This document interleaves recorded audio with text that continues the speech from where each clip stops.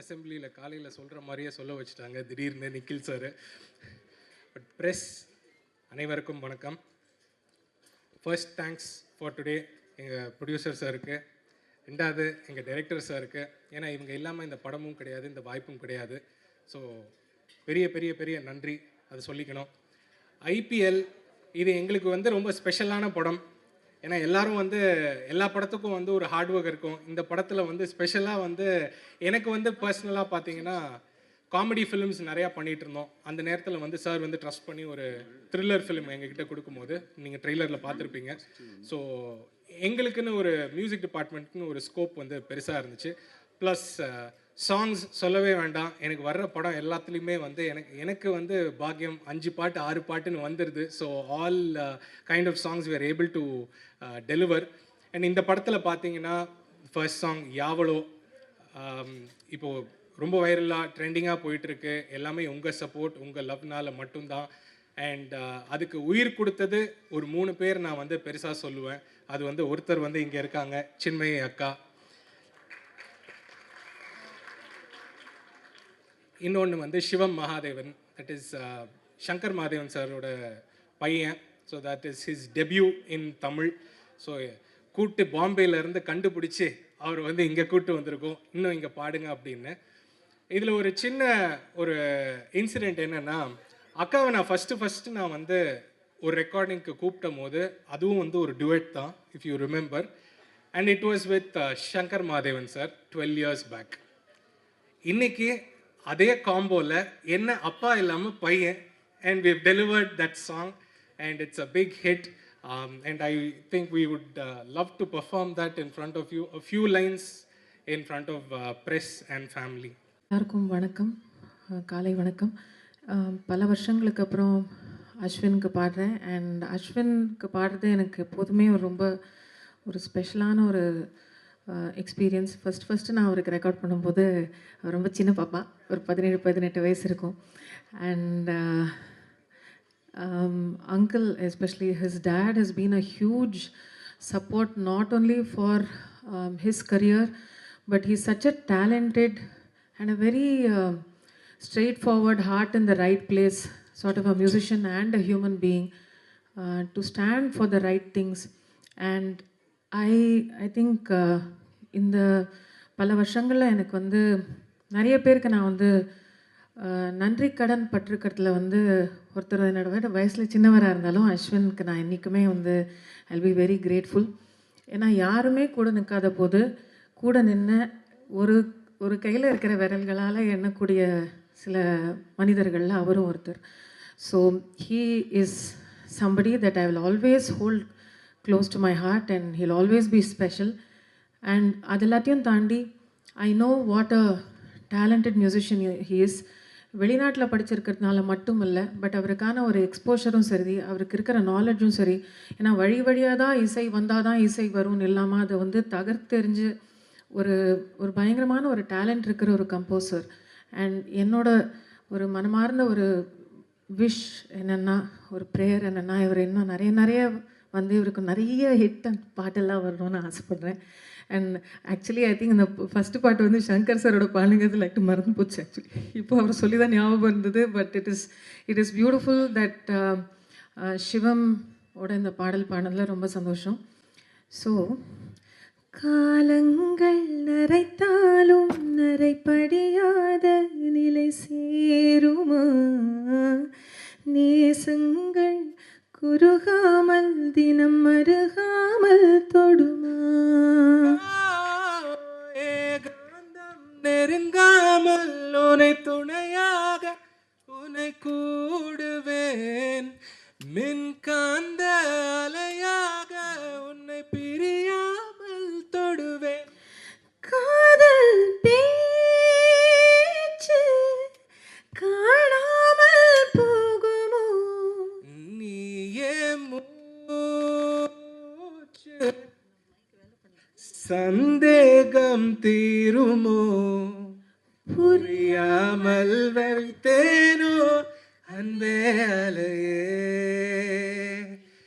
யாவளோ யாவளோ உயிர் தூவலோ தூவலோ தாகமோ தாகமோ வழி நீளுமோ நீளுமோ. அனைவருக்கும் வணக்கம். ஐபிஎல் இசை வெளியீட்டு விழாக்கு வரை தந்த ஊடகவியலாளர்கள், பத்திரிகையாளர்கள், நண்பர்கள் அனைவருக்கும் வணக்கம். மேடையில் இருக்கின்ற பாக்கிரா சார் உள்ளிட்ட எனது சக தோழர்களுக்கும் இந்த திரைப்படத்தில் உள்ள பணியாற்றிய கலைஞர்களுக்கும் வாழ்த்துக்கள், நன்றி. முக்கியமாக இந்த படத்தோட டைரக்டர் வந்து என்னோடய நண்பர். அவர் சின்ன வயசுலேருந்து எனக்கு நண்பர் வந்தேன். ரொம்ப நாளாக வந்து நம்ம டைரக்டர் யூனியனில் எங்களுடைய கூடவே இருந்து இந்த படமே வந்து ஒரு 1 வருஷமாக அவர் பண்ணிகிட்டே இருக்கும்போது ஒரு நாள் வருவார். ப்ரொடியூசர் என்னென்னலாம் பேசணுமோ அதையே அவர் பேசுவார். அண்ணா இப்படி ஆகிடுச்சு, இப்படி ஆகிடுச்சு, இப்படி ஆகிடுச்சு, ஒன்று ஒன்றா நம்ம கிளியர் பண்ணிட்டே இருப்போம். ஆனால் இந்த ஸ்டேஜில் பார்க்கும்போது வந்து உண்மையாக மகிழ்ச்சியாக இருந்தது. தயாரிப்பாளரும் இயக்குனரும் வந்து ஆடியோ ரிலீஸில் நண்பர்களாக இருக்கீங்க இல்லையா, அதுதான் இந்த படத்தோட மிகப்பெரிய வெற்றி. பல திரைப்படங்களுக்கு வந்து டைரக்டர் எங்கிட்ட கம்ப்ளைண்ட் பண்ணுவாங்க, சார் என்ன ஆடியோ ரிலீஸ் கூப்பிடவே இல்லை சார் அப்படின்னு பண்ணுவாங்க. எங்களுக்கு டைரக்டர் சொன்னீங்களா. ப்ரொடியூசர் கவுன்சிலில் வந்து அங்கே கம்ப்ளைண்ட் பண்ணுவாங்க, சார் எங்கள் ஆடியோ ரிலீஸுக்கு டைரக்டரே வரல சார், இப்போ ஷூட்டிங் முடிச்சுட்டு போயிட்டார் சார் அப்படின்னு. ஆனால் இந்த மேடையில் 2 பேரும் நண்பர்களாக இருந்து, அதுவும் வந்து ஒரு ப்ரொடியூசர் வந்து சிரிச்ச முகத்தோடு எல்லாருக்கும் வந்து கிஃப்ட் கொடுக்கும்போதே வந்து அது என்ன கிஃப்டாக இருந்தாலும் அப்போ சந்தோஷமாக இருக்காங்க. அது மட்டும் இல்லாமல் கான்ஃபிடென்ஸாக வந்து இதை நானே தமிழ்நாடு முழுக்க ரிலீஸ் பண்ணுறேன்னு வந்து பெருமையாகவும் சந்தோஷமாகவும் சொன்னார். ஸோ நரேன் சொன்னார் இல்லையா, கான்ஃபிடென்ட் வந்து நம்ம டைரக்டர் கொஞ்சம் அதிகம்னு, அதை விட அதிகமான கான்ஃபிடென்ட் வந்து தயாரிப்பாளர் இருக்குது. அந்த வகையில் தயாரிப்பாளருக்கு என்னுடைய வாழ்த்துக்கள். அதுபோல் இந்த உண்மையிலே இந்த நிகழ்ச்சிக்கு வந்தபோது ஒரு நல்ல விஷயம் என்னென்னா, எல்லோரும் வந்து இப்போ பத்திரிகாரங்க நீங்கள் வந்து ப்ரொமோட் பண்ணுங்கள், நீங்கள் ப்ரொமோட் பண்ணுங்கள், அவங்க ப்ரொமோட் பண்ணுங்கன்னு சொல்லுவாங்க. ஆனால் அந்த யூனிட்டில் இருக்கிற யாருமே அதுக்காக வரமாட்டாங்க. ஹீரோ வரமாட்டாங்க, ஹீரோயின் வரமாட்டாங்க, டெக்னீஷியன் வரமாட்டாங்க. ஆனால் இதில் வந்து வித்தியாசமாக அஸ்வின் வந்து மேலே இருந்து எல்லாரையும் பாட வச்சு, இது நாங்கள் பேசுகிறத விட நீங்கள் பண்ண ப்ரொமோஷன் தான் வந்து எல்லாரையும் போய் சேரும். அந்த வகையில் வந்து அஸ்வினுக்கும் சின்மயம்மாவுக்கும் ரம்யாவுக்கும் எல்லாருக்குமே வந்து பாடணும், சம்பளம் வாங்கணும், போயிட்டோன்னு இல்லாமல் இந்த இது பிரபல்யம் ஆகும்போது, மக்களை போய் சென்றடையும் போது நிச்சயமாக நாங்கள் வந்து எங்களோடது வந்து ஒரு 50%, உங்களோடது 90%. நீங்கள் தான் வந்து செலிப்ரிட்டியாக இருக்கீங்க, உங்களை ப்ரமோட் பண்ணிக்கிறீங்க, இந்த படத்தையும் ப்ரமோட் பண்ணிக்கிறீங்கும் போது நிச்சயமாக அந்த படத்துக்கு ஒரு பெரிய ப்ளஸ்ஸாக இருக்கும். அதனால் இதில் வந்த அபிராமிலாம் இந்த இதுக்கு வந்திருக்காங்க. பெரும்பாலும் வந்து நிகழ்ச்சிக்கு வந்து அந்தந்த படத்தோட ஹீரோ ஹீரோயினே வராத காலகட்டத்தில் எல்லாருமே கலந்துட்டது வந்து ஒரு குடும்பமாக இருக்குது. பக்கத்தில் வந்து அண்ணன் கேட்ட அந்த உதயகுமார் அண்ணன், அம்மா எல்லாம் வந்துடுச்சா அவனுக்குன்னு, எல்லாம் வந்துடுச்சுன்னு அவங்க சொன்னாங்க. அந்த வகையில் யாருக்குமே வந்து எந்த விதமான பேலன்ஸும் இல்லாமல் வந்து ப்ரொடியூசர் நல்லா வச்சுருக்கான்னு தெரியுது. அப்புறம் வந்து இந்த வாசன் வந்து படம் சாங் பார்த்துட்டே இருக்கும்போது, அண்ணே இது என்னண்ணே, நான் என்ன பண்ணணும்னு, என்ன டெவலப் பண்ணணும், என்ன கற்றுக்கணும்னு, ஒன்றுமே கற்றுக்காத, இப்படியே இரு, இப்போ எப்படி எங்களோட நட்பாக இருக்குது அப்படியே நீ கடைசி வரைக்கும் ஹீரோ ஆன பிறகு வந்து வேறு மாதிரி மாறிடாது. அதுதான் சினிமாவில் நாங்கள் எல்லாருக்கும் சொல்கிற விஷயம். இப்போ இயல்பாக இருந்தால் போதும், மற்றதெல்லாம் வந்து ஆட்டோமேட்டிக்காக எக்ஸ்பீரியன்ஸில் எல்லாருமே கற்றுப்பாங்க. நீங்கள் வளரும் வாய்ப்பு தரும்போது, வாய்ப்பு வரும்போது தயாரிப்பாளரோடும் இயக்குனரோடும் எவ்வளோ நட்பாக இருக்கீங்களோ அதுபோல் கடைசி வரைக்கும் இருந்தீங்கன்னா வேறு ஒன்றும் நீங்கள் தர வேண்டியதில்லை. எங்களை எங்கேயாவது மேடையில் பார்க்கும்போது, அப்பா அம்மாவை பார்க்கும்போது என்ன ஒரு மரியாதை கொடுக்குறோமோ அதுபோல் தங்களை இன்ட்ரடியூஸ் பண்ணவங்கள நீங்கள் பார்க்கும்போது அந்த மரியாதையை கொடுத்தீங்கன்னா போதும். உங்கள் சொத்தில், உங்கள் இதுலேயும் எதுவுமே ஷேர் வேண்டாம். ஆனால் எங்களுக்கு ஒரு இது இருக்கும், நாங்கள் இவ்வளோ பேர் இன்ட்ரடியூஸ் பண்ணோம். தயாரிப்பாளர் இன்றைக்கி பார்த்தீங்கன்னா உண்மையிலே காணாமல் இருப்பாங்க, வறுமையில் இருப்பாங்க. அவங்களால வந்து இன்ட்ரடியூஸ் பண்ணப்பட்டவங்க இன்றைக்கி மிகப்பெரிய நிலையில் இருப்பாங்க. அப்போ அவங்களுக்கு நீங்கள் எதுவுமே பண்ண வேண்டாம். ஒரு நன்றி அறிதலோட ஒரு மேடையில் என்னை இன்னார் தான் இன்ட்ரடியூஸ் பண்ணாங்கன்னு சொல்லும்போது அந்த கிரெடிட் வந்து அவங்களுக்கு போய் சேரும்போது நிச்சயமாக அந்த வாழ்த்து உங்களை என்றைக்கும் வாழ வைக்கும். அதுதான் நான் அவங்களுக்கு சொல்ல விரும்புகிறது. மற்றபடி இந்த படத்தில் கருணாநிதி வந்து இந்த சாங் பார்க்கும்போது முதல்ல நான் ஒரு டைரக்டராக பார்க்கும்போது இதில் நான் வந்து முதல்ல பாராட்டணும்னு நினைக்கிறது வந்து ஆர்ட் டைரக்டரை பாராட்டணும்னு நினைக்கிறேன். அவர் எனக்கு பேர் கூட தெரியாது, வெங்கல் ரவி. ஏன்னா அந்த சாங் பார்க்கும்போது நிச்சயமாக உங்களோட வந்து அதில் பங்கு வந்து மிக அதிகமாக இருக்குது. எவ்வளோ சாங் பார்க்கும்போது இந்த செட்டை வந்து ரொம்ப சிம்பிளாக ரொம்ப பியூட்டிஃபுல்லாக பண்ணியிருக்கீங்க. நீங்கள் உங்களுடைய தோற்றத்துக்கும் உங்களுடைய ஒர்க்குக்கும் சம்மந்தம் இல்லை, வேறு மாதிரி இருக்குது. நீங்கள் பார்க்கும்போது சாதாரண மனிதர் மாதிரி இருக்கீங்க, ஆனால் உங்கள் விஷுவல்ஸ் வந்து அவ்வளோ பியூட்டிஃபுல்லாக அந்த கலர்ஸ், அந்த காம்பினேஷன்ஸ் எல்லாம் இருக்குது. அது மாதிரி வந்து கேமராமேனுக்கும் வந்து நான் பாராட்ட சொல்ல விருப்பப்படுறேன். ஏற்கனவே நிறைய தடவை வந்து எல்லோரும் நான் பாராட்ட வேண்டிய அவசியம் இல்லை. கோடிக்கணக்கான பேர் வந்து அஸ்வினோட சாங் வந்து பாராட்டி அது வந்து ரீச் பண்ணியிருக்காங்க, ஷேர் பண்ணியிருக்காங்க. அவங்களுடைய பாராட்டியே இது மிகப்பெரிய பாராட்டு நினைக்கிறேன். இதில் கலைஞர்களுக்கு நான் வந்து இந்த மேடையில் வந்து சொல்ல விருப்பப்படுறது ஒன்று தான். அதாவது என்னென்னா, நம்மளை யாரும் மிஸ் பண்ணக்கூடாது. நம்ம சின்ன சின்ன மிஸ்டேக்ஸில் நம்மளை யாரும் மிஸ் ஆகாமல் போயிடக்கூடாது. ஒரு சின்ன விஷயம் என்னென்னா, நம்ம சின்ன வயசில் வந்து நான் வந்து சைக்கிள் கற்றுக்கணும் வச்சுங்களேன். சைக்கிளில் வந்து நாகும் அந்த உங்களுக்கு தெரியும், அரைப்படல் தான் ஃபஸ்ட்டு சின்ன வயசில் அடிப்போம். அடிக்கும்போது நாகும் அந்த செயின் வந்து ஒரு பல் வந்து ஏறி ராங்கில் போயிடும். ஒரு பல் ராங்கில் போனோடனே எல்லா பல் சக்கரமும் அடிக்கும், ரிவர்ஸில் அடிச்சுட்டே இருக்கும். அப்போ நம்ம இறங்கி அந்த ஒரு பல் சக்கரத்தை வந்து சரி பண்ணோமா, செயின் வந்து சுத்தமாக சுழலாகும். அந்த 24 சக்கரத்துலையும் அடிப்படாமல், பல் அடிப்படாமல் வண்டி அழகாக ஓடிக்கிட்டே இருக்கும். அதுதான் கலைஞர்களுக்கு எந்த இதுலேயும் வந்து முரண்பாடோ கான்ஃப்ளிக்டோ இல்லாமல், ஏதாவது கான்ஃப்ளிக்ட் வந்தாலும், யார் மூலமாலும் தவறு வந்தாலும் அதை அவங்க சரி பண்ணிக்கிட்டாங்கன்னா நிச்சயமாக வந்து இந்த இண்டஸ்ட்ரியில் இருந்துட்டு. ஏன்னா திறமை வாய்ந்த கலைஞர்கள் வந்து சந்தர்ப்பத்தால் அவங்கள தமிழ்நாட்டு மக்கள் மிஸ் பண்ணக்கூடாது. ஏன்னா இவங்கெல்லாம் வந்து மக்களோட சொத்து. கலைஞர்கள் வந்து மக்களோட சொத்து. அந்த குரலை கேட்கும்போது, கண்ணு மூடி அந்த குரலை கேட்கும்போது ஒரு மிக பிரம்மாண்டமான ஒரு இயற்கை சூழலில் எங்கேயோ ஒரு இடத்துல வந்து இருக்காமல் இருக்குது. இது மாதிரி கலைஞர்கள் நம்ம மிஸ் பண்ணக்கூடாது.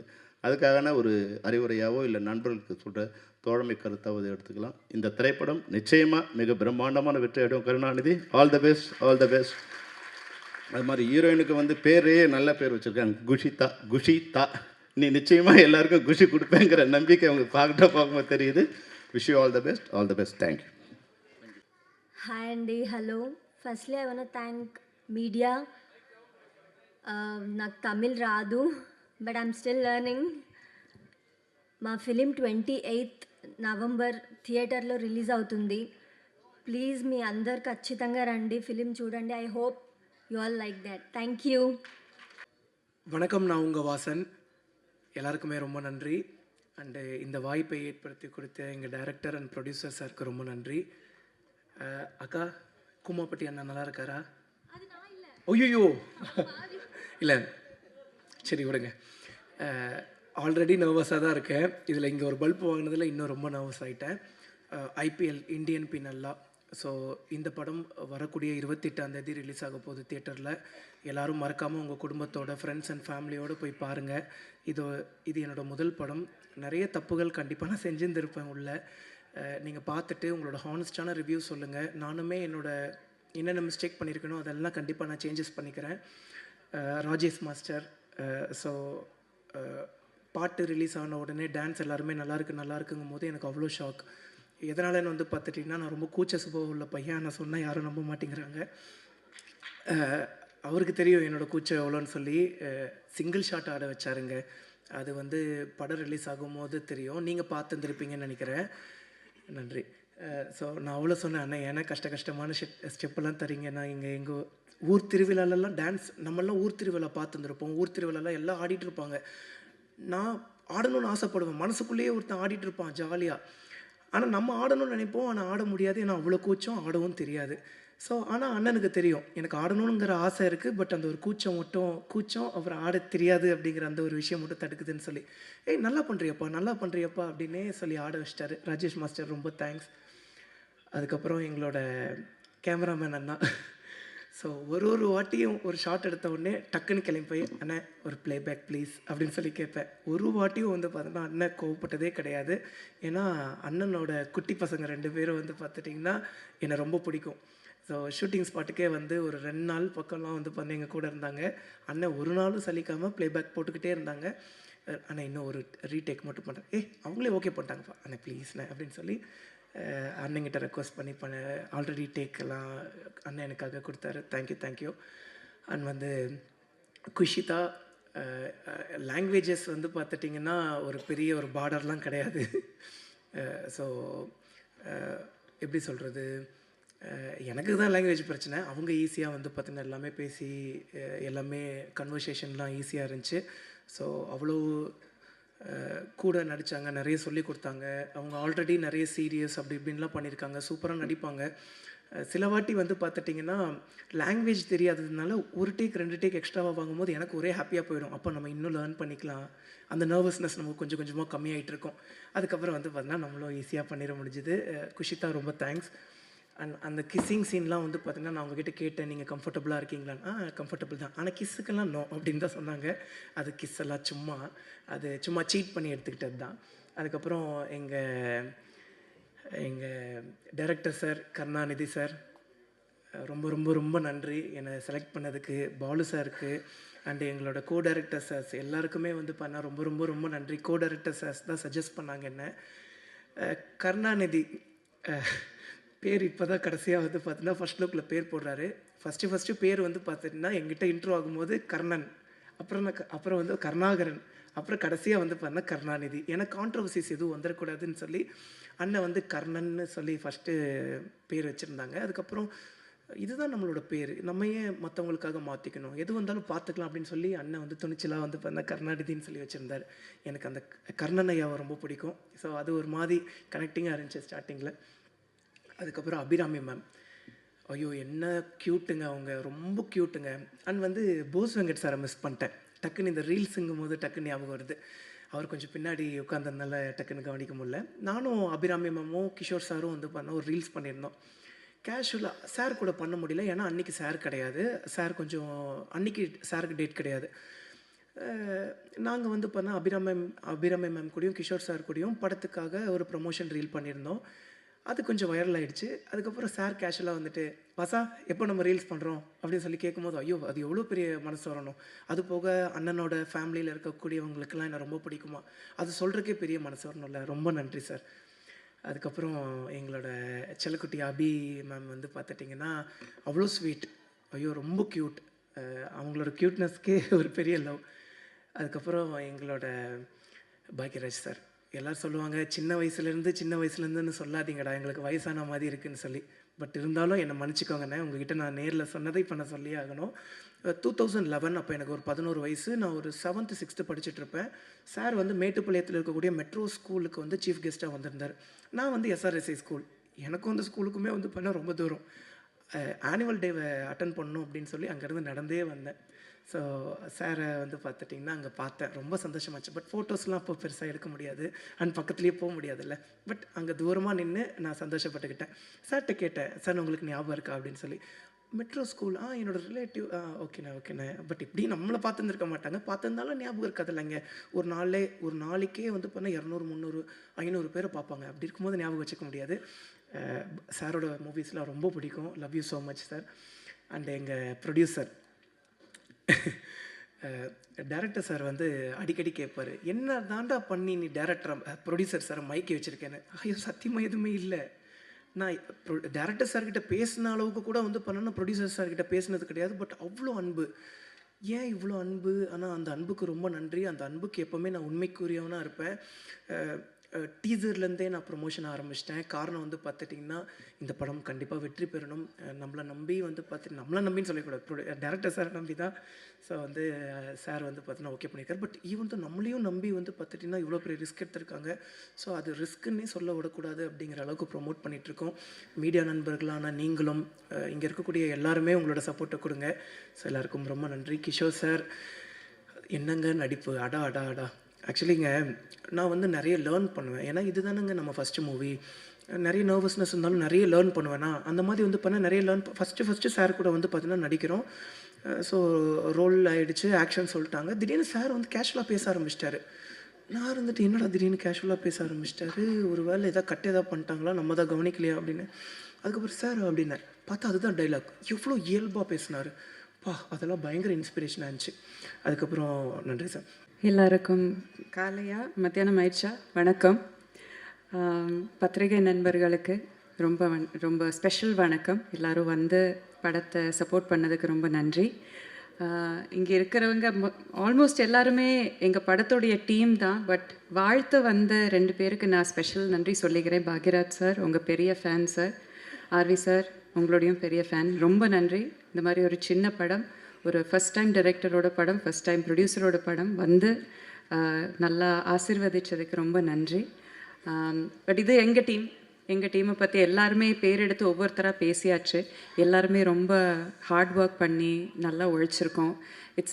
ஒரு ஸ்டோரி வந்து நிறைய பேர் சொன்ன மாதிரி ஒரு நிஜமான சம்பவங்களே பேஸ் பண்ணி லூஸாக பேஸ் பண்ணின ஒரு ஸ்டோரி தான். பட் எல்லாருமே ரிலேட் பண்ணக்கூடிய நிறைய விஷயங்கள் இருக்குது இதில்.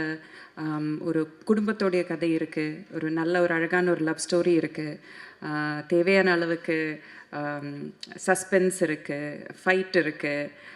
வாசன் வந்து பைக்லேயே நல்லா சூப்பராக ஃபைட்டெல்லாம் பண்ணியிருக்காரு. அவருக்கு பைக் ஓட்டுறது வந்து ஒரு புதிய விஷயமே கிடையாது, பட் ரொம்ப நல்லா பண்ணியிருக்காரு. எல்லா எலமெண்ட்ஸ் எல்லாருக்கும் என்னென்ன தேவையோ, என்டர்டெயின்மெண்ட்டுக்கான என்னென்ன தேவையோ எல்லா எலமெண்ட்ஸும் அழகான அளவான ஒரு நல்ல ஒரு இதில் கொடுத்து ஒரு நல்ல படம் நாங்கள் தயாரித்து உங்கள் முன்னாடி ப்ரெசென்ட் பண்ணுறோம், எங்கள் டீம் ப்ரெசென்ட் பண்ணுறோம். ஸோ நல்லா அதை வந்து தியேட்டரில் வந்து பார்த்து எங்களுக்கு எல்லாருக்கும் சப்போர்ட் பண்ணுங்கள், உங்கள் ஆனஸ்டான ஃபீட்பேக்கை சொல்லுங்கள். வேறு எதுவுமே இல்லை. ரொம்ப நன்றி, உங்கள் கூட எல்லாருக்கூடையும் ஒர்க் பண்ண முடிஞ்சதில் ரொம்ப நன்றி. ப்ரொடியூசர் சார் வாழ்த்துக்கள். ஃபஸ்ட் டைம் நீங்கள் ஒரு இந்த துறைக்கு இறங்குறீங்க. இதே மாதிரி கண்டினியூஸாக நீங்கள் நிறைய படங்கள் பண்ணுங்கள். அஸ்வின், வி பின் ஃப்ரெண்ட்ஸ், ரொம்ப நாளாக we been friends. Lovely songs எல்லாமே ஒன்றுக்கு ஒன்று பெட்டரான சாங்ஸு நல்லா பண்ணியிருக்கீங்க. I have to talk about Vasan. அவர் வந்து இங்கே மேடையில் பேசும்போது எவ்வளோ பணிவாக ரொம்ப கூச்சமாக பேசினாரோ அதே மாதிரி தான் அவர் வந்து பர்சனாலிட்டியே அது தான். என்ன தான் யூடியூப்பில் இன்ஸ்டாகிராமில் பெரிய ஸ்டாராக இருந்தாலுமே he is the sweetest, the most grounded person I've மெட். ரொம்ப ரொம்ப ஸ்வீட்டாக இருப்பார். ஐ ஃபீல் லைக் அவருக்கு நல்ல பெரிய ஃப்யூச்சர் இருக்குது இந்த சினிமா இண்டஸ்ட்ரியில். அப்படியே இருங்க, மாறாதீங்க. Please be the same person. All the very best. நல்லா பண்ணியிருக்கீங்க. ஒரு ஃபஸ்ட் டைம் ஆக்டர் மாதிரி தெரியவே இல்லை ஸ்க்ரீனில் பார்க்கும்போது. All the very best to you. Karna sir, உங்கள் பேர் தான் மாறிக்கிட்டே இருக்குது, ஆனால் உங்கள் ஐடென்டிட்டி அதே தான். But lovely working with you. உங்கள் கூட நீங்களும் நானும் நிறைய பேசி சண்டை போட்டு சமரசமாகி நல்லா ஹாப்பியாக சிரித்து எல்லா இமோஷன்ஸுமே உங்களுக்கும் எங்களுக்குள்ளேயே நடந்திருக்கு. So it was very entertaining to work with you. First time டைரக்டருங்கிற அந்த இது ஒரு ஷார்ட்டில் கூட தெரியல. Very lovely working with you. உங்களுக்கும் all the very best. And Kushi darling, உங்களுக்கும் இது தமிழில் உங்கள் ஃபர்ஸ்ட் என்ட்ரி, பட் தெலுங்கில் நீங்கள் ஆல்ரெடி கலக்குறீங்க. All the very best. ரொம்ப நல்லா பண்ணியிருக்கீங்க. Love you darling. தேங்க்யூ. எல்லாருக்குமே ரொம்ப நன்றி. ரொம்ப டைம் எடுத்துக்கல. நன்றி, வணக்கம். கிஷோர், சாரி உங்களை பற்றி பேசுகிறேன். நீங்கள் இங்கே ஒளிஞ்சிட்டு இருக்கீங்க. எல்லாரும் சொல்கிறாங்க தன்னடக்கம்னு சொல்லிட்டு சொல்கிறாங்க, அதனால் ஒளிஞ்சிக்கிட்டு வேற இருக்காங்க. Kishore, always lovely working with you. அவர்கிட்ட நிறைய பேசிகிட்டு இருப்பேன். படத்தை தாண்டி நிறைய விஷயங்கள் பேசிகிட்டு இருப்பேன். ஹீஸ் எவ்வளோ கிராஃப்ட், எவ்வளோ அழகான ஒரு கிராஃப்ட்டுக்கு உடமையோ அவ்வளோ அழகான ஒரு மனசுக்கும் மூளைக்கும் உடமை அவர். Lovely dear friend. So lovely working with you again. Thank you. IPL இன்னைக்கு ஆடியோ ட்ரெய்லர் ரிலீஸ்.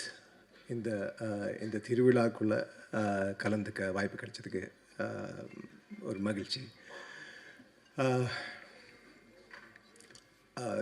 சினிமா வந்து ஜனங்களோட மீடியம், மக்களோட மீடியம்னு எல்லாருமே சொல்கிறாங்க, நான் நம்புகிறேன்.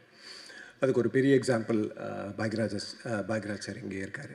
ஸோ மக்களுக்காக ஒரு டெமோக்ரஸி மாதிரி மக்களுக்காக மக்களோட கதைகளை மக்களை எடுத்து அதை வந்து அது மூலிமா நிறைய கேள்விகளை ரீவிசிட் பண்ணுற மாதிரி ஒரு மீடியம்.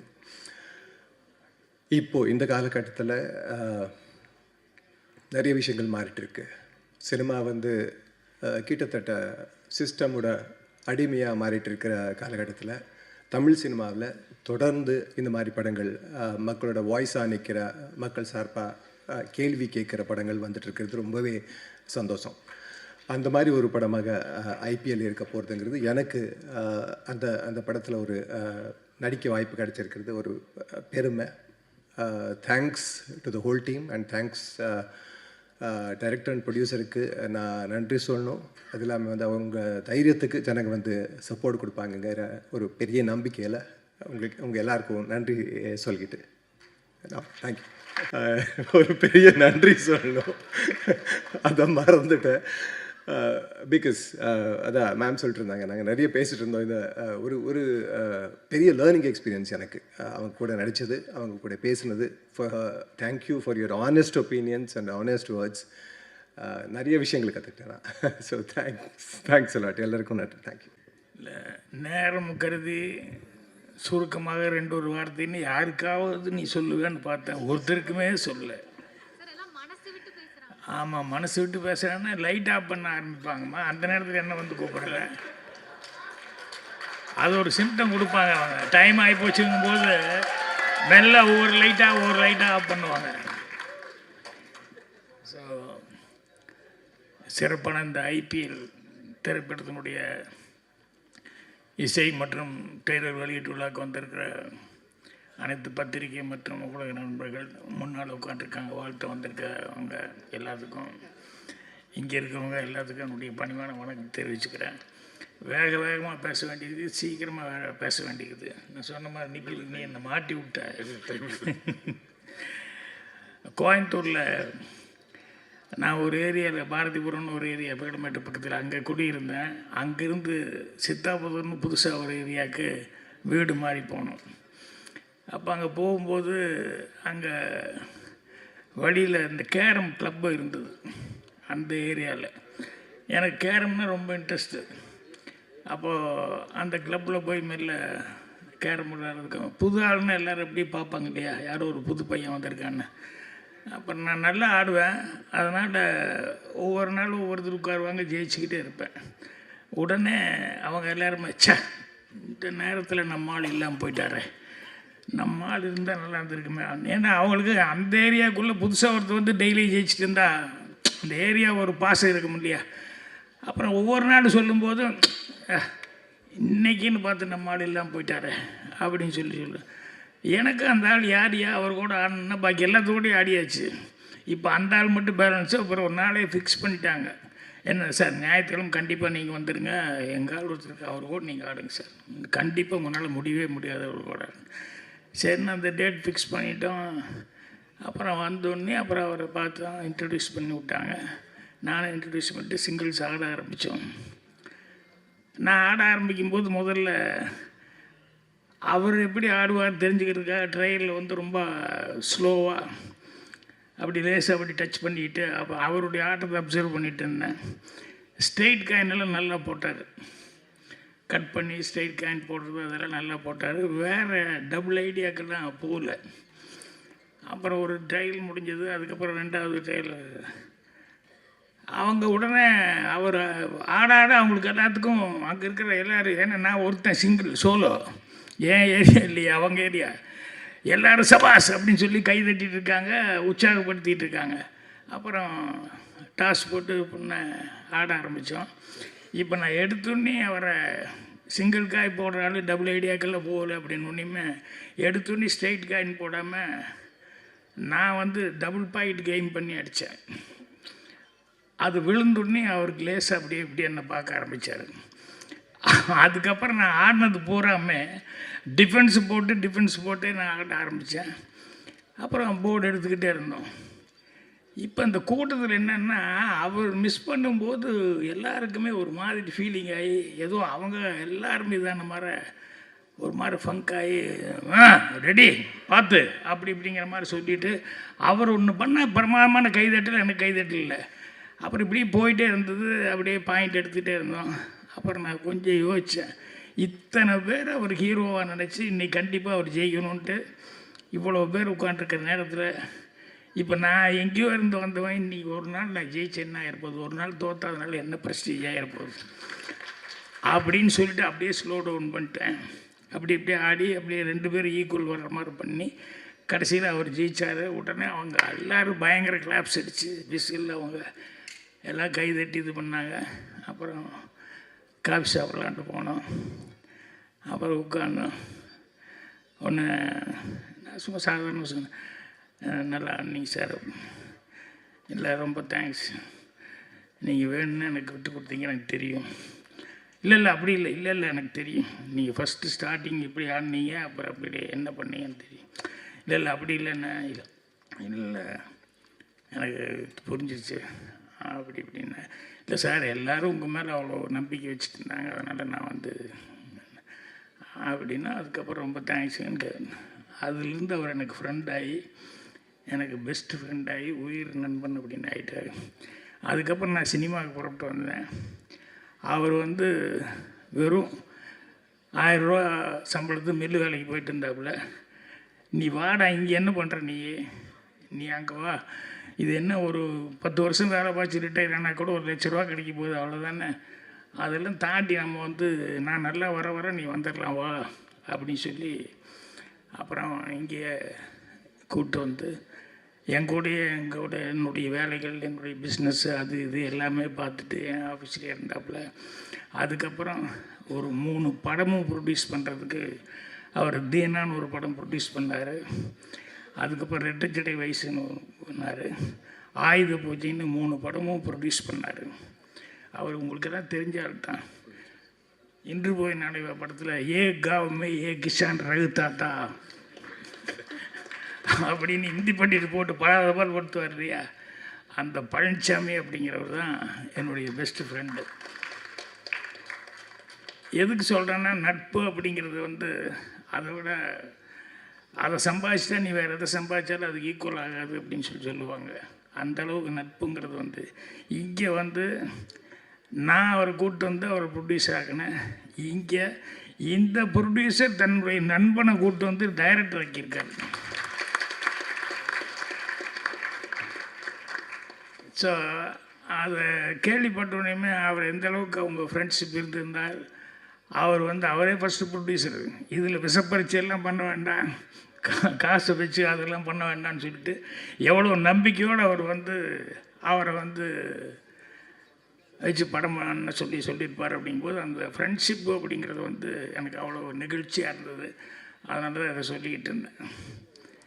ஸோ அந்தளவுக்கு அது வந்து இன்னும் இந்த படத்தில் அசோசியேட்டாக வேலை பார்த்துருக்க பாலு, ஐயர் பாலுன்னு தான் சொல்லுவேன். ஏன்னா பாக்யாவில் ரொம்ப பக்கபலமாக இருந்தது. பாக்யா ஆரம்பித்த நேரத்தில் இந்த பாலு இங்கிலீஷ்லேருந்து நிறையா வந்து நல்ல நல்ல கண்டென்ட் எல்லாம் இருந்ததுனால அதை வந்து டிரான்ஸ்லேட் பண்ணணும் அப்படின்னு சொல்லும்போது நம்ம பாலு தான் வந்து அதை டிரான்ஸ்லேட் பண்ணி கொடுத்து அதை சஞ்சீவின்னு ஒருத்தர் நிர்வாக ஆசிரியர் அவர் இருந்தார். அவர் அதை கொஞ்சம் மாடிஃபை பண்ணி அழகுபடுத்தி அதை போடுவாங்க. அதுக்கு வந்து பிரமாதமாக வரவேற்பு இருந்தது. அந்தளவு வந்து இந்த பாலு வந்து ஹெல்ப்பாக இருந்தார். அவர்கிட்ட இது என்னன்னு கேட்கும்போது அப்போ தான் சொன்னார், அவர் தான் இந்த மேட்டு சொன்னார். படத்தை பற்றி என்னன்னு சொல்லி ஆரம்பிக்கும்போது படத்தினுடைய அவுட்லைன் சொன்னார் ஒரு சின்னதாக. அதோடு இந்த விஷயம் சொன்னது எனக்கு ரொம்ப பிடிச்சிது. அதனால் அந்த ஃப்ரெண்ட்ஷிப்புக்காக இந்த படம் பண்ணதுக்காக மதன் அவர்களுக்கு ஒரு ஸ்பெஷல் நன்றி நான் தெரிவிச்சுக்கிறேன். அதே மாதிரி கருணாநிதி அவர்கள், அவர் வந்து வெற்றிமாறன் சார் அசிஸ்டன்ட்னு சொன்னாங்க. லேபிள் அந்த அளவுக்கு இருந்தாலே அது கரெக்டாக இருக்கும், அதில் ஒன்றும் டவுட்டே பட வேண்டியதில்லை. அவர் சொல்லும்போது இவர் பேசும்போது சொல்லிட்டு போனார் நரேன், ஏதாவது இப்படி பண்ணலாமா, இதை மட்டும் பண்ணுங்க, நான் சொல்கிறது மட்டும் பண்ணுங்க அப்படின்னு அவ்வளோ ஸ்ட்ரிக்டாக இருப்பார் அப்படின்னு சொல்லுவாங்க. சில நேரங்களில் கான்ஃபிடென்ட் இருக்கவும் அப்படி தான் தேவையில்லாது வேண்டாம், இது போதும் சார், இது போதும் சார்னு சொல்லுவாங்க. சில நேரங்கள் நாங்கள் இப்படி பண்ணலாமா அப்படி பண்ணலான்னு கேட்க மாட்டோம். சில பேர் எப்படி சொன்னாலும் அவளுக்கு வரவே வராது. சில நேரங்களில் வந்து மாட்டிக்குவான். அது எங்கள் டைரக்டரு கூட அசிஸ்டண்ட்டாக இருக்கும்போதே பார்த்துருக்குறேன். நம்மக்கிட்டையும் அதே மாதிரி நடிக்கணும்னு ஆர்வத்தில் வந்து கேட்டுருவான். வந்த எங்கே ஒரு இடத்துல அப்படி கோபமாக அப்படி பாடுறா அப்படின்னு சொன்னால், அப்படிம்மா அடே நீ பயந்து பார்க்கக்கூடாதுடா, கோபமாக பாருன்னா அவனுக்கு வரவே வராது. அப்புறம் கண்ணை நல்லா திறந்து வச்சுக்கோம்ப. அப்புறம் கண்ணை நல்லா திறந்து வச்சுட்டான்னு சொன்னால் கேமராமேன்ட்டு சொல்லி கேமரா கொஞ்சம் அப் வச்சுக்கோ அப்படின்ட்டு அப்படி கண்ணை திறந்து அப்படியே கோபமாக எந்திரி அப்படிம்பேன். அவன் டான் எந்திரிப்பான். எப்படி மியூசிக் டைரக்டர் இருக்காங்க அஸ்வின் எல்லாம் டம் அப்படின்னு நாங்கள் மியூசிக்கெல்லாம் போட்டு கேட்டு அப்புறம் இப்படி திரும்ப அப்படி திரும்ப அப்படி திரும்பன்னு டக்கு டக்கு டக்குன்னு எடிட்டுக்கெல்லாம் சேர்ந்து கட் பண்ணி பார்த்தா படத்தில் பிரமாதமாக நடித்த மாதிரி இருக்கும். ஏதாவது ஒன்று பண்ணிடுவோம். அதுக்காக படத்தில் இப்போ ஏதாவது இப்படி ஷாட் வந்தால் அவனெல்லாம் நடிக்க தெரியாதுன்னு நினைக்க வேண்டாம். டெக்னிக்கும் ஒன்று இருக்குது. அந்த டெக்னிக்கில் வந்து சில நேரங்களில் வந்து இப்படி நடிக்க தெரியாமல் வந்து மாட்டும்போது யூஸ் பண்ணுவோம். ஆனால் அந்த கருணாநிதி வந்து அவ்வளோ கான்ஃபிடென்ட் இருந்தால் தான் அப்படி சொல்ல முடியும். ஒரு ஆர்டிஸ்ட்டு வந்து இல்லை சார் எனக்கு இது போகுது இப்படி வேணும்னு சொல்லிட்டு. ஸோ அது வெற்றிமாறன்கிட்டலாம் இருந்து வந்ததுனால அவ்வளோ கான்ஃபிடென்ட்டாக இருக்கார். அவருக்கு என்னுடைய பாராட்டு தெரிவிச்சுக்கிறேன். அப்புறம் மணி கேமராமேன் ராஜா என்னோடய படத்துக்கு பண்ணார், சித்து +2 அதில் அசோசியேட்டு கூட ஒர்க் பண்ணேன் அப்படின்னாரு. இது அவர் பேசும்போது தான் கவனிச்சுக்கிட்டே இருந்தேன். அது ஒரு ஹீரோ வந்து எல்லாத்த பற்றியும் பேசி எல்லாத்துக்கும் நன்றி சொன்னால் ஓகே. மணி ஒவ்வொருத்தரையும் விடாமல் ஆள் விடாமல் சொல்லிக்கிட்டே இருக்கார். என்னடா எத்தனை பேர்த்துக்கு தான் இருந்தாலும் நன்றி சொல்லுவாருன்னு பார்த்துக்கிட்டே இருந்தேன். அந்த அளவுக்கு மணியும் வந்து ரொம்ப இன்வால்வ் ஆகி வேலை பார்த்துருக்காரு. இப்படி அதில் இருக்கிற டெக்னீஷியன்ஸ் எல்லாருமே, மியூசிக் டைரக்டர் அவர் ஏற்கனவே ஃபேமஸ் ஆகிட்டார், ஆர்ட் டைரக்டர் பற்றி எல்லாருமே மாற்றி மாற்றி சொல்லிட்டாங்க. அந்த மாதிரி எல்லாருமே இதில் வந்து டெக்னீஷியன்ஸ் எல்லாமே ஏற்கனவே நல்ல நேம் வாங்கினவங்க, அவங்கள வச்சு பண்ணியிருக்காங்க. இப்போ நடிகர்கள் அப்படின்னு சொல்லி பார்க்க போய் நம்ம சொல்லணும் அப்படின்னு சொன்னோம்னா, கதாநாயகன் அப்படிங்கிறத விட கதையின் நாயகன்னு சொல்லி கிஷோர் சொன்னாங்களே, இந்த கிஷோர் அவர்கள் வந்து அவரை பற்றி ரொம்ப மணி பாராட்டி பேசினாப்புல இன்னும் நிறைய பேர் எல்லாருமே சொன்னாங்க. என்னென்னா, ஒரு என்ன நமக்கு டேலண்ட் இருந்தாலும் என்ன இது இருந்தால் கூட நம்ம கேரக்டர் நல்லா இருக்கணும். சினிமாவில் மட்டும் நம்ம கேரக்டர் இல்லை, ரியல் லைஃப்பில் நம்ம கேரக்டர் நல்லா இருக்கணும். ஸோ அது ரொம்ப இம்பார்ட்டண்ட்டு. அது வந்து கிஷோர்கிட்ட வந்து அந்த கேரக்டர் எல்லோரும் பாராட்டி சொல்லும்போது அவ்வளோ சந்தோஷமாக இருக்குது. ஆனால் ஆளை பார்க்கும்போது அவ்வளோ சாந்த சுருவியாக இருக்காது. படத்தில் தான் வில்லன், எல்லா படத்துலேயும் அவர் அடிக்கிற மாதிரி தான் கேரக்டர்கள் நிறையா வருமோ ஒழிய இதில் தான் அடி வாங்குற மாதிரி கேரக்டராக வந்து செஞ்சுருக்காரு. ஸோ குணசித்திரமான கேரக்டர்னு நினைக்கிறேன். அதுக்கப்புறமா உதயகுமாரோடைய விருப்பத்துக்குரிய பிரியமான அபிராமி, இல்லை அவர் மிஸ் ஆகி போச்சு அப்படின்னு சொல்லி ஃபீல் பண்ணி, அது மிஸ் ஆனால் அந்த ஃபீலிங் இருக்கும். ஏன்னா நான் கூட வந்து ரேவதி முதல் என்கிட்ட என்னோடய படத்தை தான் வந்து டார்லிங்கு. அப்புறம் நான் பார்த்தேன், ஏஜ் வந்து எனக்கு இடிச்சுது. என்னென்னா அது அப்போ தான் ஸ்கூல் முடிச்சுட்டு வர்ற மாதிரியே இருந்தது. +1 +2 படிக்கிற பொண்ணு மாதிரி. எனக்கு காலேஜ் எல்லாம் முடித்து ஃபாரின்லேருந்து படிச்சுட்டு வர்ற மாதிரி கேரக்டர் கொஞ்சம் மெச்சூர்டாக வேணும், கொஞ்சம் வெயிட் பண்ணுமா அப்படின்னேன். அப்புறம் வந்து சரின்னு சொல்லி பார்த்தேன். அந்த ஒரு கேப்புக்குள்ளே எங்கள் டைரக்டர் மண்வாசனில் புக் பண்ணிட்டாரு. அதுக்கப்புறமா நான் வந்து இன்னொரு பொண்ணை சிங்கப்பூரில் பார்த்து எனக்கு நடிக்க சான்ஸ் கிடைக்குமானது. அப்புறம் நான் ஃபோட்டோ ஷூட்டெல்லாம் எடுத்து பார்த்து இங்கே வந்து ஃபோட்டோ ஷூட் எடுத்து பார்த்து ஓகே அடுத்த படம் நான் பண்ணுறேன் அப்படின்னு சொல்லி சொன்னோடனே கொஞ்சம் கேப் இருந்து இந்த படம் முடிக்கிறதுக்குள்ளே பண்ணிடலான்ட்டு அதுக்குள்ளே எங்கள் டைரக்டர் கூப்பிட்டு போய் அந்த நிலாவை தான் பார்த்தேன் அப்படின்னு சொல்லி அந்த பொண்ணு அதை நடிக்க வச்சிட்டாரு. அதுவும் போச்சு. அதுக்கப்புறமா வந்து அந்த இடத்துல எடுத்துகிட்டு இருந்தேன். அம்பியா வந்தது. வந்து சார் என்கிட்ட சேச்சியானோ அப்படின்னு சொல்லி ராதா கூப்பிட்டு வந்து காமிச்சது. நல்லா இருக்கே அப்படின்னு சொல்லிட்டு, சரிம்மா அடுத்து தூரம் நின்று போச்சு வில்லேஜ் சப்ஜெக்ட்டு, அதில் போட்டிக்கும் அப்படின்னு சொல்லிட்டு அதுக்கு பேசிட்டாருன்னா பேசி எல்லாம் ஃபிக்ஸ் பண்ணி வச்சேன். டகான்னு பார்த்தா எங்கள் டைரக்டர் மறுபடியும் அதையும் கூப்பிட்டு, இத்தனை மிஸ் ஆகும்போது எப்படி இருக்கும். ஆனால் எல்லாருமே நல்லா வந்துட்டாங்க. என்னென்னா அது யார் கையில் படணும் அப்படிங்கிறது ஒன்று இருக்குது இல்லையா. அந்த மாதிரி எங்கள் டைரக்டர்கிட்ட போனதுனால எல்லாருமே அவ்வளோ இதாக வந்தாங்க.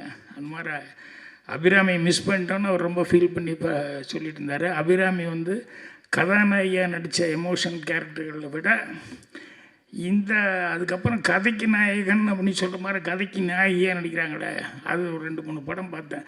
அதில் தான் அவங்களுக்கு நிறைய ஸ்கோப் கிடச்சிது. நிறையா நல்ல நல்ல கேரக்டர்ஸ் எல்லாம் அவங்க பண்ணியிருக்காங்க. ஸோ அந்த மாதிரி நம்ம போஸ் வெங்கட் அவருக்கு இன்னொரு முகம் இருக்குது. இந்த இதில் வழக்கமான முகத்தில் நடிச்சிருக்காரு. ஆனால் டைரக்டர்னு இன்னொரு முகம் ஒன்று இருக்குது. அதில் வந்து படம் 2 படம் பண்ணியிருக்காரு. அது வந்து எனக்கு ரொம்ப பிடிச்சிருந்தது. இந்த மாதிரி ஆர்டிஸ்ட்டுக்கு எல்லாருமே அவங்கவுங்க சிறப்பான முறையில் நடிச்சிருக்காங்க. இது எனக்கு நேரம் கருதி நான் வந்து வேறு நிறையா சொல்லணும்னு நினச்சி இன்னும் பேரண்ட்ஸ் எல்லாம் பேச வேண்டியதே பேசலன்னு நினைக்கிறேன். டைம் முடிச்சது உட்கார வச்சுட்டாங்களோ. ஸோ ஹீரோ அவர் வந்து ஃபஸ்ட் எடுத்துன்னு பாட்டு தானே போடுவாங்க. நான் அங்கே தான் கவனித்தேன் என்னடான்னு சொல்லிட்டு. ஏன்னா நமக்கு என்ன வீக்கோ இவன் முதல் படம் நடிக்கிறான், இந்த பையன் எப்படி டான்ஸ் ஆட போகிறான்னு பார்த்துக்கிட்டு இருந்தேன். அப்புறமா டான்ஸ் ஆடினாப்புல அந்த எக்ஸ்ப்ரெஷன் வந்து பயமே இல்லாமல் முதல் படத்தில் நடிக்கிறோம் அப்படின்னு சொல்லிட்டு அந்த எக்ஸ்ப்ரெஷன் வந்து அவ்வளோ அழகாக வந்து பண்ணி கொடுத்தாப்புல. நான் பரவாயில்லையே கொஞ்சம் கூட பயம் இல்லாமல் அவ்வளோ நல்ல எக்ஸ்ப்ரெஷனோட டான்ஸ் எல்லாம் ஆடுறாப்புல அப்படின்ட்டு. அப்புறம் பின்னாடி விசாரிக்கும் போது தான் அவர் ஏற்கனவே யூடியூப்பில் ரொம்ப ஃபேமஸ்ஸு அப்படிங்கிற மாதிரி. அதனால் முதலே உனக்கு ஃபேன்ஸ் எல்லாம் ரெடி ஆகிட்டாங்க. இல்லைன்னா வந்து அங்கே மதுரையிலலாம் ஷூட்டிங் நடக்கும்போது மணிதானே சொன்னாப்புல அங்கே போய் கையெழுத்து போட்டுருப்பார் அப்படின்னு சொல்லிட்டு. அந்த மாதிரி உனக்கு ஆல்ரெடி நீ ஃபெமிலியர் ஆகிட்ட, ஆல்ரெடி உனக்கு அனுபவம் இருக்கிறதுனால உங்களுக்கு நான் வந்து பேசும்போது ஏதோ ரைசிங் ஸ்டார் அப்படின்னு சொல்லி ஏதோ போட்டாங்க போலுக்குன்னு நினச்சிக்கிட்டேன். அதனால் ரைசிங் ஸ்டாரில் உனக்கு ரேசிங் ஸ்டார்னு சொன்னால் நல்லாயிருக்கும். ஏன்னா அடுத்தது எல்லாத்துக்கூடையும் ஹீரோ கூடலாம் ரேஸ் போடுற அளவுக்கு நீ வரணும் அப்படின்னு சொல்லணுன்ட்டு இருந்தேன். ஆனால் ப்ரொடியூசர்லாம் ஏற்கனவே ரேசிங் ஸ்டார்னு தான் அவங்க பேரே கொடுத்துட்டாங்க. ஸோ அதனால் ஆல்ரெடி உனக்கு அதை எல்லோரும் நீ அச்சீவ் பண்ணுற அளவுக்கு வந்து எல்லாருமே உனக்கு வாழ்த்து தெரிவிச்சிட்டாங்க. உனக்கு ஓகே. அப்புறம் உங்கள் பக்கத்தில் உங்கள் அம்மாயி கூச்சொன்னது கதை அந்த கொண்டாமா கண்டிப்பாக உனக்கு நிறைய சான்ஸ் வருது. தொந்தரவு தமிழ் நேர்ச்சுக்கோமா.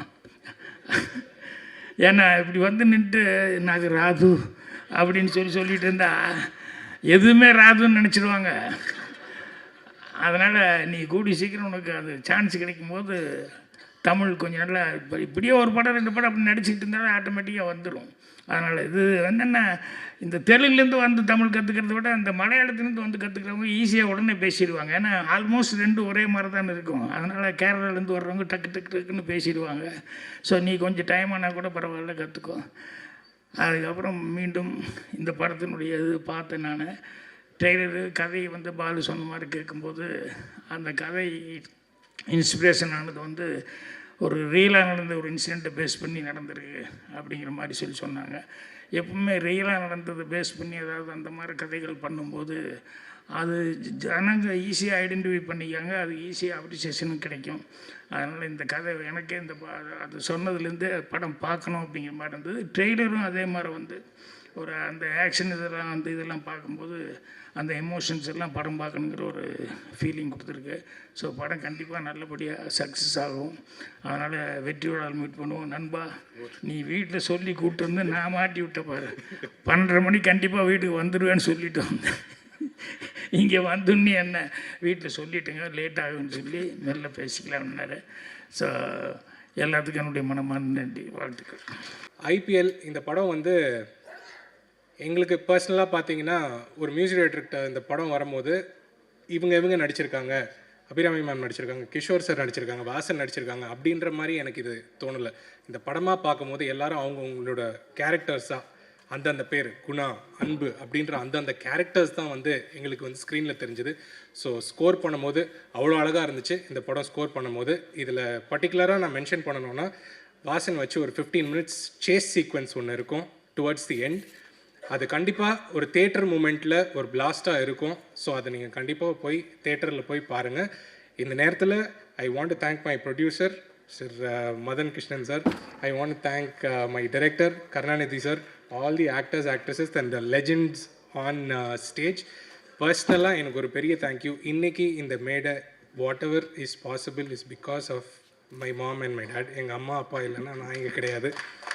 அதோடைய எக்ஸ்டென்ஷனாக என்னுடைய wife and my kid. So அவங்கெல்லாம் இல்லைன்னா இங்கே நான் கிடையாது, இந்த கான்ஃபிடென்ஸ் எனக்கு கிடையாது. யாருக்கு பிடிக்குதோ இல்லையோ என்னுடைய ஃபர்ஸ்ட்டு ஃபேன் வான் என்னுடைய குழந்தைக்கு ரொம்ப ரொம்ப பிடிக்கும். அவளே ஒரு 100-200 வியூ ஏற்றிட்டான்னு நினைக்கிறேன் நேற்றுலேருந்து ரிப்பீட்டில் பார்த்து. ஸோ எல்லாருக்கும் இந்த படம் வந்து பிடிக்கும்னு நினைக்கிறோம். November 28th இந்த படம் வந்து தியேட்டர்ஸில் வருது. So please come to theatres and support our team. Thank you. நம்ம விழாவின் நாயகன் சொல்லலாம். டைரக்டர் சார் நீங்கள் வந்து பேசிடுங்க, இல்லைனா இன்னொரு பஞ்சு போட்டுருவாங்க. இந்தியன் பீனல் லா, இந்திய தண்டனை சட்டம். இது ஒரு சாதாரண மனிதன் சந்தோஷம் வாழ்ந்து கொண்டு இருக்கும்போது அதிகார பலமும் பணபலமும் இருக்கிறவங்க அவங்களுக்கு ஒரு பிரச்சனை வந்தால் அந்த பிரச்சனையை ஒரு சாதாரண மனிதன் மேலே போட்டு எப்படி தப்பிக்கிறாங்க, ஆனால் இந்த சாதாரண மனிதன் எப்படி பாதிக்கப்படுறான் இந்த சமூகத்தில் அப்படிங்கிறது தான் ஒரு எடுத்துக்காட்டாக இது படத்தை கொடுத்துருக்கேன். பத்திரிக்கையில் நிறைய விஷயங்கள், கொலைகள், ஆக்சிடெண்ட்டு நிறைய நடக்கும். ஆனால் அது உண்மையான கொலைகளா உண்மையாக ஆக்சிடெண்ட் தானா அப்படின்னு யாருக்கும் தெரியாது. அது உள்ளார ஆராய்ச்சி பண்ணி பார்த்தா மட்டுமே தான் அது பின்னாடி சில சதிகள் எல்லாமே இருக்கும். அதெல்லாம் ஆனால் நம்ம அதை கடந்து போயிடுறோம். பட் எல்லாமே ஈஸியாக எடுத்துக்கூடாது, செய்தித்தாளில் ஒவ்வொரு நியூஸும் ஈஸியாக எடுத்துக்கூடாது அப்படிங்கிற இந்த படத்தை நான் ஐபிஎல்லில் இந்த படத்தை விரிவாக காட்டியிருக்கேன்.